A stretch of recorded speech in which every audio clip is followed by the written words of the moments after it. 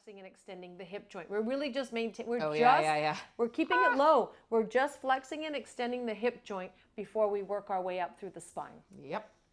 Then once we feel like, I think I got that, that feels really good.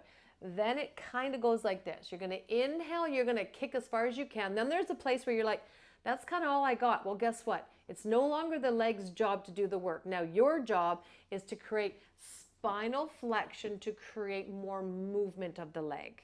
Then you unfurl the spine. Let's say you start to, straighten the spine out. You extend the hip joint.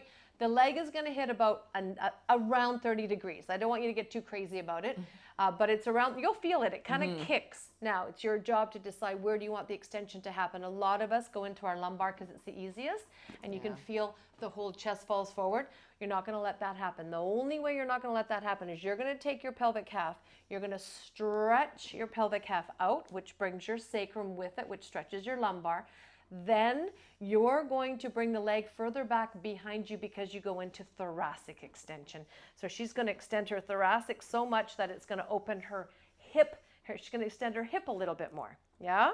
Oh, yeah. Then the leg comes forward, the spine, it's kind of like you go through your neutral. There's a whole workshop coming up on that. You go flexion, she's going to find it, and then it's spinal flexion that allows the leg forward to kick furthermore. So there's this flexion, flexion, flexion, and then there's an opening, and then the extension is you extend the hip joint, you reach the pelvic, nice, beautiful, and then there's this extension all the way up through the thoracic spine. And then as you kind of really get this feeling, it's really very flowy, then you can pick up the pace to what we can typically do. Yeah. That was very full body. That is very full body. Now, the only one other thing I want to add is, what is this top hand doing? Yes. Okay, so one of three things, actually. So if you need some help with reaching your pelvis in opposition to your shoulder girdle, you're going to push the mat up towards your chest. Okay, and as you push the mat up towards your chest, you feel your pelvis kind of actually reach away from you. Yep. If that's what you require.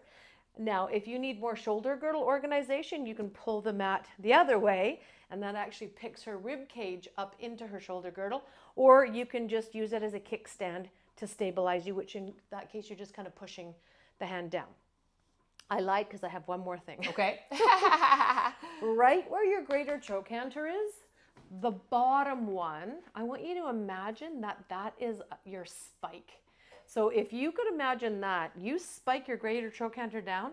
Now don't move your greater trochanter as you move your leg forward and back. And then even when you go into your flexion. In the small version or the full version? Go either. Your greater trochanter cannot move. Okay. You're spiking it down, and even in your flexion here, what is required for it to stay?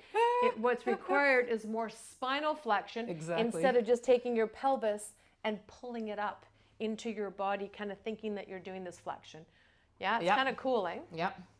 I like that. It works. Cool. You just have to be really. Well, I'll tell you what it demands is the flexion, not the rounding. Yes. It demands the flexion of the spine, which is more. Well, the flexors. I know that's lots, but hope you enjoyed it. Thanks.